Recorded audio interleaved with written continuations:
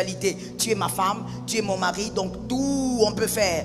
Attention, lorsqu'on est marié, il y a des positions sexuelles qui sont des cultes à Lucifer. Ce sont des adorations à Lucifer. Quand vous le faites, pas tous, mais les démons viennent dans votre chambre et ils vous aident à célébrer Lucifer. Faites attention. Il y a des positions sexuelles qu'un marié chrétien ne doit jamais commencer. Pour Dieu, la sexualité doit produire 3 choses. Premièrement, le plaisir. Deuxièmement, la vie. Troisièmement, la pérennisation de la race. Je vais avec les mariés. Le petit 2 donc, les mariés.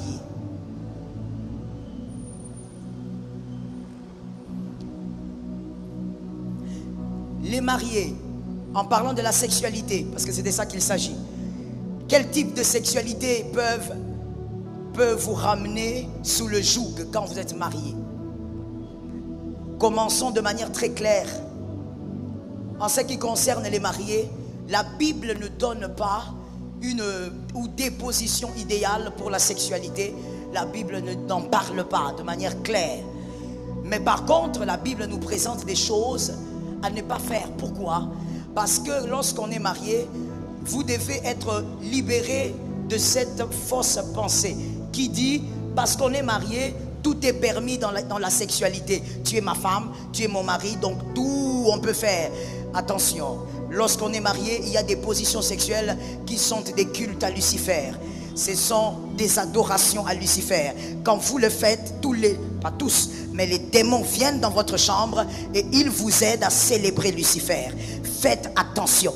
Il y a des positions sexuelles qu'un marié chrétien ne doit jamais commencer. Tu commences, tu auras le diable sur ta table demain. Est-ce que quelqu'un m'entend? Avant d'évoluer, je dis, si tu es une femme, tu as marié, tu as épousé un homme malheureusement qui n'est pas vraiment chrétien, ou encore un homme qui ne sait pas respecter les principes de Dieu, prie beaucoup pour lui. Tu dois te transformer en intercesseuse. Prie beaucoup pour lui, qu'il ne t'amène pas à commettre des pratiques qui en réalité est une adoration ou des adorations à Lucifer. Les positions enfériques, les positions sexuelles enfériques, diaboliques. Romains 1, 27. Romains 1, 27. Léonel, trouvez ça rapidement. Vous allez lire ça à haute voix pour tous nos frères. Romains 1, 27. Il y a plusieurs positions enfériques dont la Bible parle, mais aujourd'hui on n'a pas le temps, on va juste prendre celui-là. Romains 1, 27.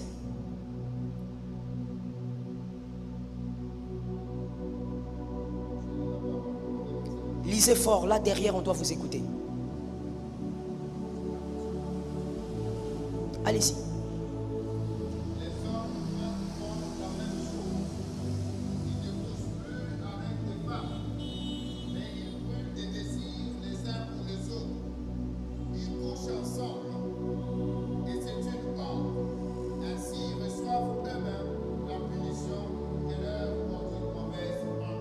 Amen. Que quelqu'un d'autre lise avec Louis II. Si vous avez une Bible Louis II, aidez-nous à lire Romains 1, 27. Romains 1, 27. Vérifiez bien que votre version est Louis II. Allez-y. Et de même les hommes abandonnent l'usage naturel de la femme. Répétez. Et de même les hommes abandonnent l'usage naturel de la femme.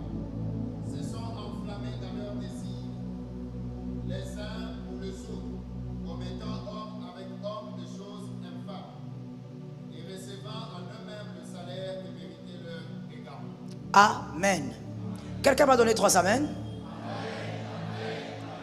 La Bible dit donc, l'apôtre Paul le dit aussi, qu'il y a l'usage naturel que Dieu a créé, puisque c'est Dieu qui a créé la sexualité. Okay? La sexualité ne vient pas d'Adam lui-même comme ça, non.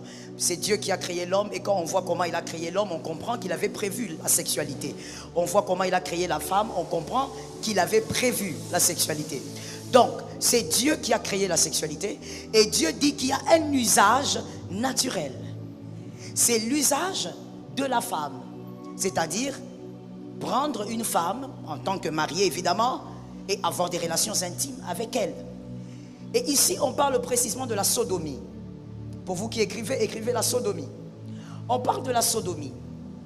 Et on dit que la sodomie n'est pas un usage naturel. On parle d'un homme qui prend un homme, la sodomie. Mais maintenant, allons-y étape après étape. D'accord? D'accord? Est-ce que vous êtes prêts à avancer avec moi? C'est important, surtout les mariés, il faut m'écouter. On parle de la sodomie. La sodomie est un culte à Lucifer. Pourquoi? Parce que l'homme décide de prendre un autre homme. Et comment il va le prendre? Il va le prendre par derrière. Alors, dans le cadre du mariage, il y a des hommes aussi qui aiment prendre par derrière. Il y a des femmes qui aiment être prises par derrière. On va aller étape par... Ok. On refuse que l'homme prenne un homme parce que d'abord les deux sont des hommes. Ok? J'aimerais que tu répondes pour que je sache que tu me suis. On refuse parce que les deux sont des hommes. Ce sont de la même nature. Ils ont la même nature. Deux choses de la même nature, selon Dieu, ne peuvent pas se mettre ensemble. Alors, deuxièmement, on refuse parce qu'ils se prennent comment? Par derrière. Par derrière, pour les hommes, c'est un appareil qui sert à quoi? Pardon? Mais répétez, répondez, non? À déféquer, à aller aux toilettes, à faire grands besoins, n'est-ce pas? L'arrière aussi de la femme sert à quoi? J'ai aimé cette réponse. Le même usage.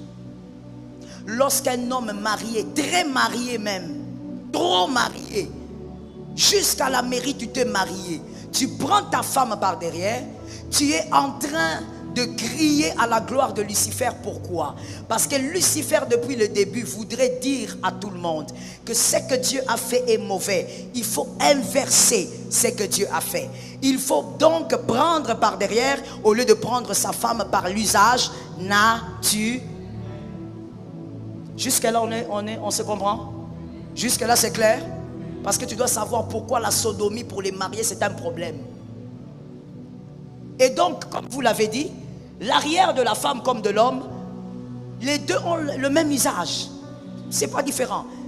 Il n'y a pas quelque chose que l'autre fait de plus. C'est le même usage. C'est pour les grands besoins. Voici maintenant quelque chose à écrire. Lucifer combat l'agneau. En combattant l'agneau, il présente le bouc. Lucifer combat l'agneau. Malheureusement, je n'ai pas l'image de l'agneau. En combattant l'agneau, Lucifer ne dit pas seulement que ce n'est pas bien ce que Dieu a fait, mais Lucifer s'est donné aussi une image. Comme Jésus, quand il est venu, Jean-Baptiste a dit quoi? Voici l'agneau de Dieu. C'est un agneau. Lucifer lui aussi s'est donné une image. Mais il n'est pas allé dire je suis un cheval. Il est allé faire le contraire. Il dit il est le bouc. C'est comme ça qu'on appelle le bouc satanique. Vous connaissez l'image du bouc satanique? Un bouc avec des cornes renversées comme ça. Et donc, partout où l'agneau a établi la loi, Lucifer va imposer sa marque, c'est-à-dire le bouc. Le contraire de ce que Dieu a établi. Est-ce que jusque-là ça passe? Est-ce que jusque-là ça passe? Est-ce que les mariés m'entendent? Troisième vérité sur la sodomie, lorsque un homme prend sa femme par derrière. Et pourquoi Lucifer a voulu inverser les choses? Dans la sémence de l'homme, il y a la vie. D'accord? Dans la sémence de l'homme, lorsque l'homme produit sa sémence, il y a la vie. Et donc, regardez comment Dieu a fait les choses. On écrit. Pour Dieu, la sexualité doit produire trois choses. Premièrement, le plaisir. Deuxièmement, la vie. Troisièmement, la pérennisation de la race. La pérennisation de la race. Ces trois choses sont attachées à la sexualité selon Dieu. Lorsqu'un homme a des relations intimes avec sa femme dans le mariage, lorsqu'il sécrète le liquide, ce n'est pas seulement parce qu'il a atteint l'orgasme, mais c'est parce que dans le fonctionnement de Dieu, il y a trois choses qui doivent se passer pendant les relations intimes entre le mari et sa femme. Première chose, deuxième, troisième. Lorsque tu prends ta femme par derrière, je ne veux même pas aller chez les homosexuels parce que vous savez que l'homosexualité est mal. Nous sommes avec les mariés, donc la sodomie dans le mariage. Lorsque tu prends ta femme par l'arrière, dites-moi les trois choses si elles sont là. Qu'est-ce qui reste? Une seule chose, le plaisir. Où est la vie? Où est la vie? Ce sont les majeurs qui m'entendent? Ce sont les majeurs? Est-ce qu'une femme peut être fécondée par l'arrière? Mais où est la vie alors? Vous avez tué la vie. Le bouc satanique. Le bouc satanique tue tout ce que Dieu crée. Lucifer. La troisième chose, c'était quoi? Est-ce que la race est pérennisée? Le bouc satanique, il ne doit pas pérenniser la race. Ça doit s'arrêter. Exactement comme l'homosexuel. Il y a seulement le plaisir. Et ça s'arrête là. Il n'y a pas de pérennisation de la race. Il n'y a pas de vie. Exactement comme un homme qui prend un homme. Et c'est la même chose qui se passe quand toi, monsieur, tu prends ta femme légitime par derrière. L'adoration à Lucifer. Les démons viennent visiter votre chambre alors que votre chambre est une chambre de gloire parce que vous êtes mariés. Les moments intimes pour les enfants de Dieu, les anges viennent vous visiter. Les anges viennent vous bénir. Ainsi vous mettez au monde des enfants extraordinaires. Parce que vous avez même la visitation divine. Mais toi, tu es légalement marié. Quel malheur. Ça veut dire que le diable n'a même pas le droit de venir, mais tu l'invites. Et tu dis quoi? C'est ma femme. Moi je me sens bien seulement comme ça. Mon frère, tu es possédé, il faut que Dieu te délivre. J'ai aimé cet amen. Ma soeur, pire encore pour toi qui es femme. Toi tu aimes seulement de cette manière-là. Ton plaisir c'est seulement comme ça. C'est quoi ton problème, madame? Tu as raté d'être un homme? Tu voulais être homosexuel? Comment toi tu peux avoir du plaisir dans ce genre de cette forme de sexualité? Dieu a créé l'usage naturel. La sodomie fait partie des positions sexuelles qui attirent Lucifer. Et vous commencez un culte, vous commencez à l'adorer sans le savoir. Et après ça, vous allez vous plaindre. Pourquoi telle chose ne marche plus? Pourquoi on ne touche plus l'argent? Pourquoi il y a ceci? Pourquoi dans mon foyer, mon mari est devenu colérique? Pourquoi on ne s'entend plus bien? Maman, on ne s'entend plus, ça ne va plus. Lucifer était entré chez toi, c'est toi qui l'as invité. Il faut assumer ce que tu as commencé. Que Jésus donne la victoire. Je finis en donnant ce verset, Genèse 3.1. Dans ce verset, Genèse 3.1, nous voyons comment est-ce que le serpent s'approche de Ève. Lorsque le serpent s'approche de Ève, c'est toujours avec la motivation de détruire ce que Dieu a placé, de renverser ce que Dieu a placé. Par l'autorité du Saint-Esprit, j'ai dit ceci ce soir. Si monsieur, marié ou célibataire, vous avez eu à pratiquer ça, que ce soit avec un homme, que ce soit avec une femme, que ce soit avec votre ex, vous allez prier vous-même, personne ne priera pour vous. Vous avez reçu le Saint-Esprit, vous allez prier. Vous allez bouter dehors l'esprit, la puissance qui s'est accaparée de vous depuis ce jour-là. Si vous êtes une femme et que vous avez eu à pratiquer cela, vous allez invoquer le feu de Dieu sur vous. Que l'Éternel vous délivre de toutes sortes de mal. Si vous êtes célibataire, vous n'arrivez pas à vivre sans l'impudicité. Ce sont des chaînes aussi. Que l'Éternel vous donne la victoire, que vous sortez de là. Est-ce que quelqu'un m'entend? Quatrième requête, si vous êtes marié et que vous avez constaté que votre mari aime ce genre de pratique, votre femme aime ce genre de pratique, vous allez déclarer le feu de Dieu qui délivre. Parce qu'il y a l'usage naturel à respecter. Et cinquième requête, vous allez déclarer pour que aucun de vos enfants ne vive ça. qu'aucun de vos enfants ne tombe dans ce piège. Ce monde est tellement mauvais que les mauvaises compagnies corrompent le bonnes mœurs. Ton fils peut être bien éduqué, mais il a des amis pervers qui l'amènent dans la perversité. Tu vas déclarer ce soir qu'aucun de tes enfants ne doit subir ce genre de choses.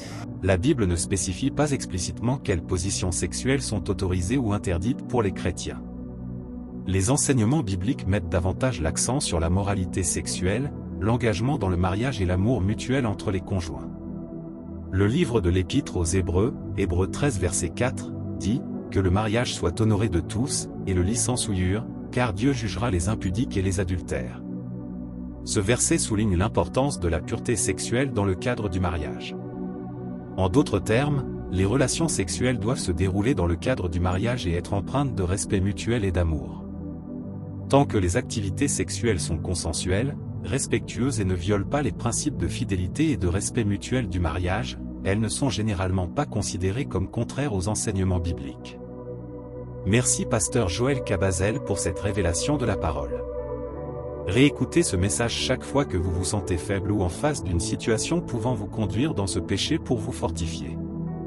Merci d'avoir écouté la vidéo jusqu'à la fin. Que Dieu vous bénisse. C'était Communion chrétienne pour plus de communion.